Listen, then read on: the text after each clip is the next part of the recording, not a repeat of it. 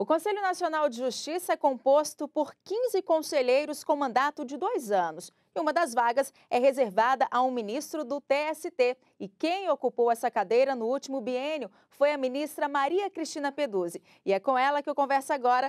Olá, ministra, muito bem-vinda ao TVTST. Muito obrigada, o prazer é todo meu estar aqui.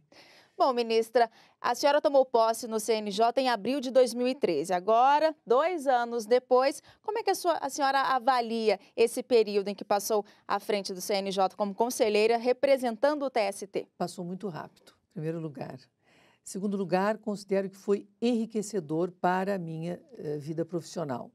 Busquei, como sempre faço, dar o melhor em termos profissionais, da minha experiência, do meu conhecimento, para a atividade que lá exerci como conselheira. Mas acho que a contribuição que o CNJ desempenhou na minha vida profissional foi mais significativa ainda do que eu poderia, quando tomei posse, imaginar.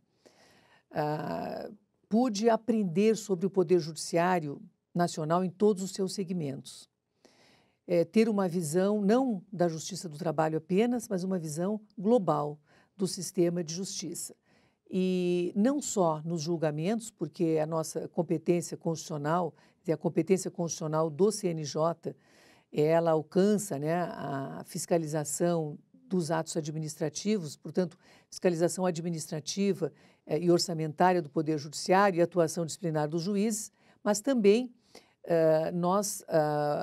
eu tive a oportunidade de integrar e presidir a comissão que eu considero vital do CNJ, que foi a do planejamento estratégico, orçamento e estatística. E com isto eu consegui aprender, compreender os números do Poder Judiciário e, sobretudo, a gestão, a importância da gestão, a importância do planejamento, e volto realmente enriquecida. Espero contribuir aqui no meu cargo efetivo com os conhecimentos que adquiri neste tempo em que atuei como conselheira do CNJ e que considero que foi ponto alto da minha vida profissional. Logo no início do seu mandato, ministra, a senhora coordenou o primeiro Censo Nacional do Poder Judiciário, que reuniu aí informações de mais de 270 mil servidores. Como é que foi esse trabalho? Olha, eu até confesso que apenas dei início, não fui eu que coordenou o censo, foi o conselheiro Paulo Teixeira. É que houve um período em que os conselheiros, que a maioria toma posse em agosto, ainda não estavam todos nomeados, depois empossados, então eu iniciei a coordenação que logo passou a ele. Mas posso lhe dizer que foi um trabalho muito importante. Entre os tantos trabalhos importantes que o CNJ realiza, o censo foi muito importante, porque foi o censo dos servidores e o censo dos magistrados. E qual o objetivo? Identificar quem nós somos, magistrados, servidores, quantos somos, quais as nossas origens, qual a nossa formação, quais são as nossas aptidões. Então, foi um autoconhecimento que se possibilitou ao Poder Judiciário, por meio desta coleta de dados, né, dos seus integrantes, formar a sua imagem, né? Obter o seu retrato. E foi exitoso. Eu não lhe diria que foram 100% respondidas os questionários, as informações, mas tivemos já um percentual bem avançado, que certamente com o tempo, não é, e com a prática anual de certamente se renovar esses dados, não sei qual a renovação, quando ocorrerá a renovação, mas acho que foi um passo muito importante que o CNJ iniciou com o censo. E, ministra, foi durante a sua passagem pelo CNJ que o Conselho alcançou o maior número de mulheres em sua composição, 5 dos 15 conselheiros, o que representa aí 1/3 dos integrantes. Ministra, o que isso representa? Olha, isto representa, é muito importante a participação feminina, não porque a mulher mereça por ser mulher, sempre os movimentos pela igualdade de gênero, eles se identificam no sentido de buscar que essa igualdade seja reconhecida e que a mulher não seja discriminada por ser mulher. O fato de sermos 5 conselheiras, no contexto histórico da existência do CNJ, foi muito importante. E não porque a mulher tenha um modo diferente de julgar ou de trabalhar, mas porque ela representa hoje, né, as mulheres constituem metade da população nacional. Então, é natural, é devido que elas tenham espaço também nos mais diversos segmentos, não só do Poder Judiciário, mas em todas as áreas de atuação, não só políticas, mas na iniciativa privada também. É importante que a mulher ocupe espaços de destaque, espaços de comando, porque ela representa 50% da população nacional.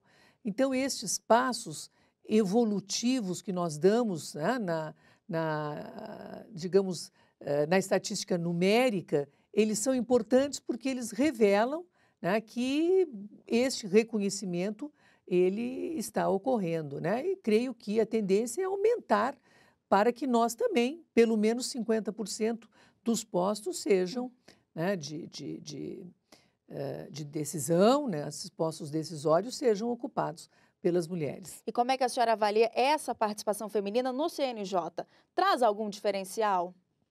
Olha, eu sempre sustentei que não tem diferencial nas atividades intelectuais. Eu posso dizer onde se exige força, que o homem tem mais força, que o homem possa ter uma cultura, digamos, de exercer certas atividades preponderantemente, mas naquilo que é apenas cultural, nós estamos superando essas barreiras. Nós temos mulheres pilotos que dirigem avião, temos mulheres policiais, né? Então, as mulheres realmente estão conquistando espaço. Ora, por que a mulher que juíza vai julgar diferente do homem? Por que ela se diz que ela terá uma visão diferente? Alguém pode até achar que tem. No meu modo de ver, no ato de julgar são todos juízes, sem distinção de gênero. E a importância da representatividade é exatamente porque ela representa metade da população, então ela não tem por que ser discriminada de postos que são decisórios, que têm, digamos, uma importância na hierarquia funcional. É natural que elas exerçam também essas funções, mas sob o aspecto, digamos, da eficiência, sob o aspecto, não é, da atividade fim, não vejo qualquer distinção no trabalho do homem, do trabalho da mulher. E, ministra, teve algum caso de destaque ou difícil que a senhora precisou se debruçar com mais atenção? Olha, no CNJ, felizmente, nós podemos dar uma atenção muito grande a cada um dos processos, porque eu não estou dizendo que em outros tribunais não se faça isso, mas o número de processos que eu tenho no TST sob minha responsabilidade para relatar é infinitamente maior do que o número de processos que temos no CNJ individualmente, cada relator. Então, isso é muito bom, porque você pode ficar dias, ficar semanas cuidando de um processo. Tá? Isto realmente, até porque são questões que exigem, que não são questões repetitivas, existem lá questões em que é necessário efetivamente, né, uma pesquisa, um exame, obtenção de dados. Eu lhe diria que, especialmente no exercício do controle disciplinar, este cuidado pessoal do julgador, este cuidado intenso no exame, inclusive presidindo e possibilitando, não, uma instrução probatória, não é, bem ampla, ele tem que ser especialmente considerado. Então, os processos que realmente envolvem, né, a apuração de faltas dos juízes, os chamados PADs, procedimentos administrativos disciplinares, exigem realmente uma atenção muito grande dos conselheiros que relatam, e eles são sempre muito bem discutidos. E temos, né, no exercício do controle administrativo e orçamentário dos tribunais também, há casos em que nós precisamos dar uma atenção muito grande a processos determinados. Eu aqui posso lembrar assim, de importância, logo que cheguei no CNJ, foi muito importante uma decisão, eu acho que eu estava lá há uma semana, 10 dias, que foi uma decisão que teve muita repercussão quando se disciplinou e se determinou aos cartórios, as serventias extrajudiciais aos cartórios que registrassem os casamentos entre pessoas do mesmo sexo. O CNJ disciplinou nesse sentido, em cumprimento até a determinar uma decisão prévia do Supremo Tribunal Federal que reconheceu essa possibilidade. Também lembro que agora, já no final do exercício do mandato, disciplinamos, por resolução aprovada pelo plenário, os impedimentos dos magistrados em relação aos processos em que atuam parentes dos magistrados. E se disciplinou, porque não que não tenha disciplina legal, o Código de Processo Civil disciplina, mas disciplina genericamente. O CNJ foi a detalhes, né, no exercício dessa atividade jurisdicional, como o juiz deve, né, se comportar no afirmar o seu impedimento em relação aos processos em que atuam diretamente ou até indiretamente os seus parentes. E sempre objetivando, né, a preservação da ética, né, e resguardar, não é, o juiz, o magistrado, o parente, advogado e o próprio jurisdicionado, pelo menos quanto à imagem que ele deve ter do magistrado. Foi cercado de cuidados a elaboração dessa resolução. Também, já não mais aí, especificamente com referência, né, não foi nem tão divulgado, mas foi um trabalho importante, foi no fixar os critérios para emissão de parecer do CNJ nos anteprojetos de lei encaminhados pelos tribunais que objetivam criação de cargos públicos para servidores, criação de varas, criação de cargos de juiz, de magistrado, unidades judiciárias, cargos de juiz, cargos de servidores. Quais os critérios que devem informar o encaminhamento destes anteprojetos ao Poder Legislativo? Enfim, o CNJ tem braços longos.